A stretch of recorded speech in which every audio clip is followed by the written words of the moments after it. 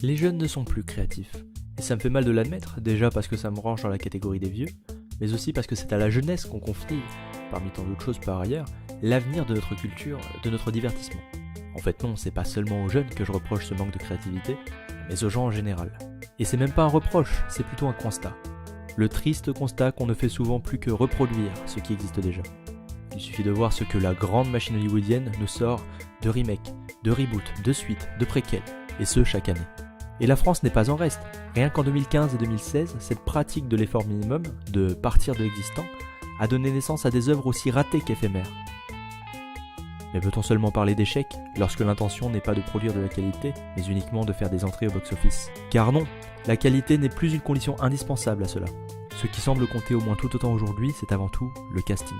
C'est pour lui qu'on se déplace dans les salles de cinéma et que l'on paye 12 balles notre ticket. Et si on se place du point de vue des producteurs, c'est assez logique. Allongeons les billets pour réunir un maximum d'acteurs bancables au casting et sacrifions le temps et l'argent nécessaires à l'élaboration d'un bon scénario. Car c'est bien là une étape trop chronophage. Non, le retour sur investissement doit être aussi rapide que possible afin de pouvoir produire encore plus d'œuvres de ce genre et d'engranger toujours plus de recettes. C'est toutefois ce qui semble marcher le mieux. Alors je me pose cette question. Aurait-on fini d'explorer tous les champs des possibles? En aurait-on épuisé jusqu'au dernier filon?